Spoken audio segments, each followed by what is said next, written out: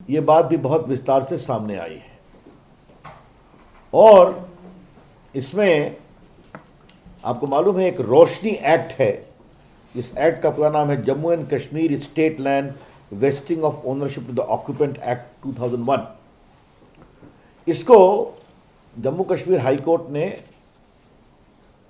Unconstitutional declare कर दिया और कहा गया कि इसके अंतर्गत जिन लोग को जमीन मिली है उसकी पहचान की जाए, उसको पब्लिक किया जाए, उसकी डिस्ट्रिक्ट वाइड सूची बनाई जाए। उसी के अंतर्गत जो बेनिफिशियरी सामने में आए हैं उसमें वहाँ के पूर्व वित्त मंत्री हसीन दारबू, Congress leader Majid Wani, former home minister and NC leader Sajjad Kichlu और JNK बैंक के चेयरमैन MY खान का नाम सामने आया है। उसमें कई रिटायर्ड ऑफिसर लोगों का भी नाम है। इसके साथ साथ एक और कहानी सामने आई है, जनाब फारूक अब्दुल्ला और उनके परिवार से संबंधित है और वो ये है कि उन्होंने जम्मू में सुजवान इलाके में बहुत सी सरकार की और फॉरेस्ट लैंड इंक्रोच कर रखी है और उन्होंने जो अपना प्राइवेट मकान बनाया है वो भी स्टेट लैंड और फॉरेस्ट लैंड पर है। 98 में फारूक साहब ने 3 कनाल जमीन खरीदी थी कई लैंड ओनर्स से। उस पर हमें कोई दिक्कत नहीं हो सकती। ये प्राइवेट डील थी प्लॉट नंबर 21 में, खसरा नंबर 21 में, जो सुंजवान गांव है जम्मू में। लेकिन खरीदा 3 कनाल, कब्जा किया 7 कनाल और जो 7 कनाल था वो सरकारी जमीन और फॉरेस्ट की जमीन थी। Therefore while purchasing merely 3 canals of land in 1998, Mr. Farooq Abdullah encroached upon 7 canals of land, double the size of the land he had purchased, which was forest land and state land. अब इसे क्या कहा जाए? कोई व्यक्ति नेता है, मुख्यमंत्री है और वो इस तरह से सरकारी जमीन का इंक्रोचमेंट करते हैं, ये बहुत ही दुर्भाग्यपूर्ण है और उसकी कीमत करोड़ों में है। उसके बाद जब ये शुरू हुआ तो NC के कांग्रेस लीडर एक थे सैयद अली अखून, उन्होंने भी गवर्नमेंट में 1 कनाल लैंड पर इंक्रोच किया। एक फॉर्मर जज और उनके बेटे हैं, एक आफ्ताब अहमद मीर हैं, कई लोग का नाम इस तरह से आना शुरू हुआ। लगता है कि जम्मू कश्मीर की जमीन बस इंक्रोचमेंट के लिए ही बनी हुई थी। कई और महत्वपूर्ण लोगों का नाम आया है इसमें, JNK बैंक के चेयरमैन का भी आया है, बाकी आया है। और हमें जानकारी मिली है कि इस पूरे मामले में जो फारूक अब्दुल्ला की सिस्टर हैं Suraiya Mattu, wife of doctor Ali Mattu, वो भी रोशनी कानून में 3 कनाल 12 मारा लैंड की बेनिफिशरी है। ये तो हुई परिवार के मामले में, इन्फ्लुएंशियल लोगों के मामले में। ये जो शेर कश्मीर भवन जो बना है वो भी नेशनल कॉन्फ्रेंस इसी रोशनी एक्ट के अंतर्गत जो जमीन मिली है उस पर बनवाया है। ये जम्मू में और श्रीनगर में जो नवाब सुबह ट्रस्ट है वो भी नेशनल कॉन्फ्रेंस का है।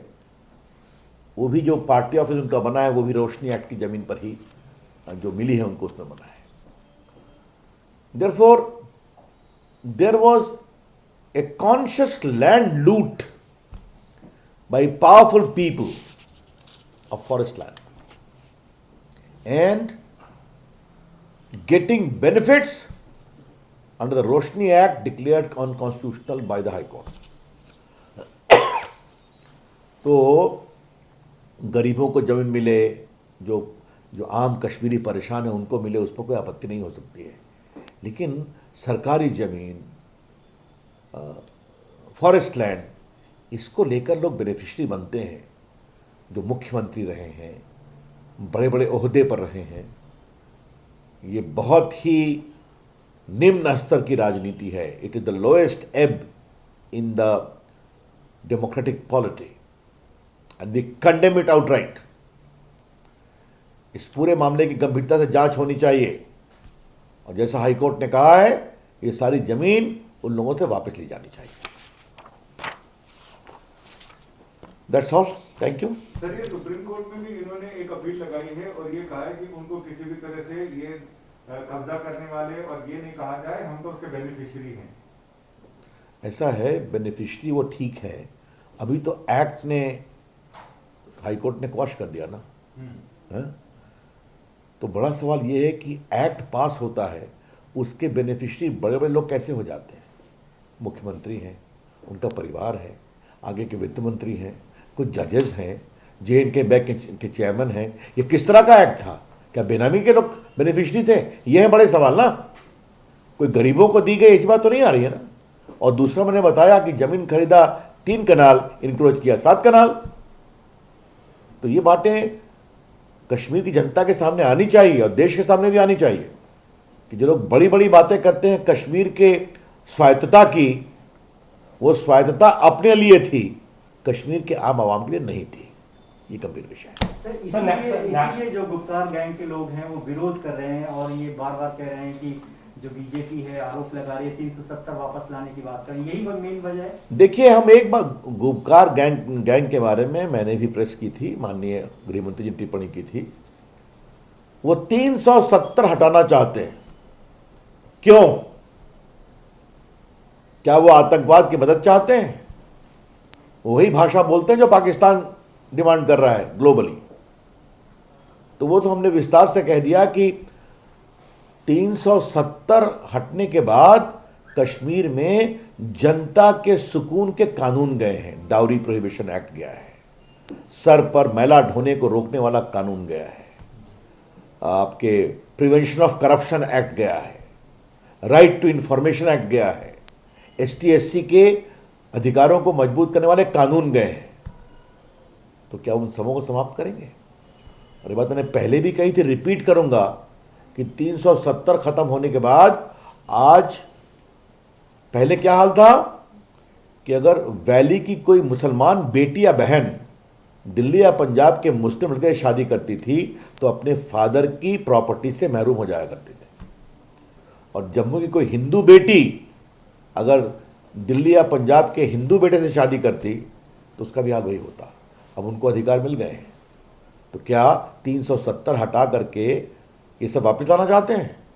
इन सवालों का जवाब देना पड़ेगा। और ये सब कानून पहले क्यों नहीं आए? लेकिन फिर कहूंगा, आज का विषय यह है कि स्वायत्तता या ऑटोनॉमी कश्मीर के अवाम के लिए नहीं थी, उनके खुद के सेवा के लिए थी। ये कैसी रोशनी थी जिसका फायदा जिसकी किरणें सिर्फ खास लोगों तक आएगा? इसका जवाब आप मुझसे ना पूछिए, इसका जवाब उनसे पूछिए जो इस रोशनी एक्ट के तहत अपने परिवार की रोशनी बढ़ा रहे थे।